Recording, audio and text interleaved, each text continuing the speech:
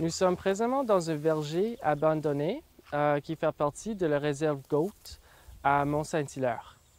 Ma recherche fait partie d'une plus grande initiative qui regroupe 6 projets qui regardent à différents aspects de la biodiversité, les services fournis par nature et finalement leur contexte régional. En total, il y a environ une vingtaine ou une trentaine de chercheurs qui étudient ces aspects dans le Montérégie.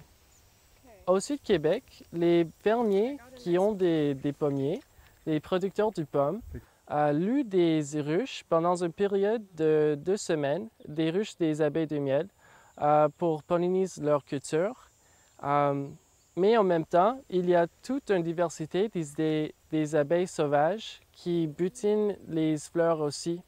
Alors, l'objectif de ma recherche est de quantifier et de faire une comparaison entre la pollinisation fournie par des abeilles sauvages et la pollinisation fournie par des abeilles de miel.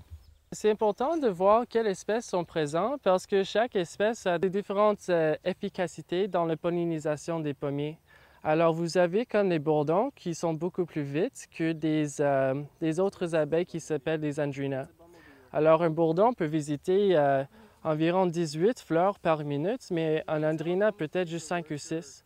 Alors, c'est important de savoir quelles espèces sont présentes parce que si on a une abeille qui visite plus des fleurs, il va fournir plus d'un service qu'un autre. Un objectif de mon recherche est de regarder à la campagne et de voir comment la campagne pour supporter une population des abeilles pendant toute la saison. Alors maintenant, nous échantillons des prés, des fossés, des jardins résidentiels et aussi des forêts pour voir comment ces différents habitats comment ils peuvent fournir des ressources nectar pour des abeilles sauvages.